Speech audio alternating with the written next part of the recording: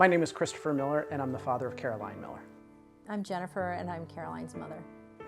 When our daughter Caroline was just 5 years old, she came home from school and started feeling a little bit ill. Both of us thought it was just a common cold at the time. 8 hours later, we had Caroline lying in bed with me, and I was holding her, and her lungs started to heave as she had trouble breathing as the hours went on. We became more and more concerned, and Jennifer decided that it was time to call our pediatrician that night to see what he thought as well.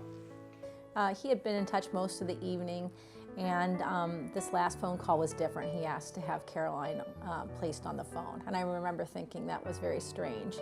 And we later found out he was listening to her breathing. And as soon as she passed the phone over to me, he said, "You really need to go to the hospital right away." You realized that something was going on that you couldn't control, and you weren't sure where it was going to end up. And I said, "How bad is this with the flu?" And the doctor's response to me is, "You have to understand that approximately 50,000 people a year die from the flu." This was no longer just a bad cold. This was a life-threatening situation, and you realize that we have absolutely no idea where this was going to go. I had gone numb at that point, and I remember sitting in a corner in the hallway of the hospital room as they were having Jennifer fill out the paperwork to transfer Caroline to Children's Hospital in a helicopter. Every seat on that helicopter needed to be used for her. For every doctor that was on there. There were 5 doctors and several respiratory therapists. And you're signing waivers that you're giving up all care decisions to these 5 people that you've never met before in your life, and they were going to have to hand respirate Caroline on the helicopter all the way to Philadelphia. We had to hire a car service in the middle of the night, and we had to get in this car and drive down to Philadelphia from where we live. I think I dozed off and I felt like I was in a nightmare. And I would wake up and I'd think, this can't really be happening, but Chris was clearly right there and we're clearly doing what we're doing.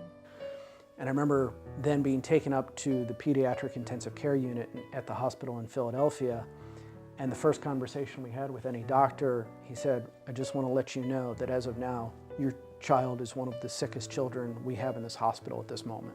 Caroline had to be put on a special respirator known as an oscillating respirator. We sat for days and weeks in that hospital room listening to that. It's an eerie sound to me.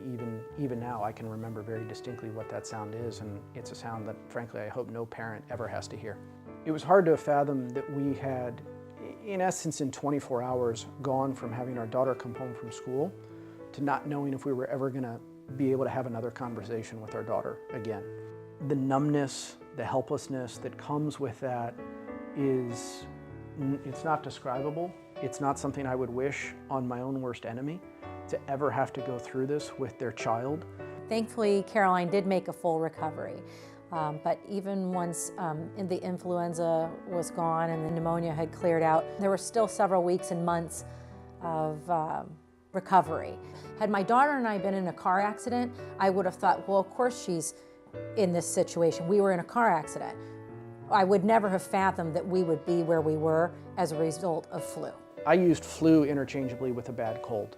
I never thought about it as a distinct illness and how life-threatening it could be. I hear people say all the time, "Oh, I had the flu this weekend." This was just so dramatically different. It just wasn't anything either of us as parents could even contemplate what was going on.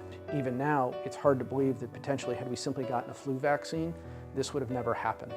Well, the irony too is that the reason that I didn't stop to get the flu vaccine for the girls was because I didn't want them to miss school or miss sports, and yet they missed everything. They missed Christmas that year. They missed every swim meet that I had thought was going to be so important.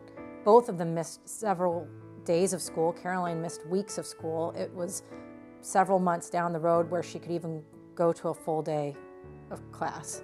For more information, visit familiesfightingflu.org.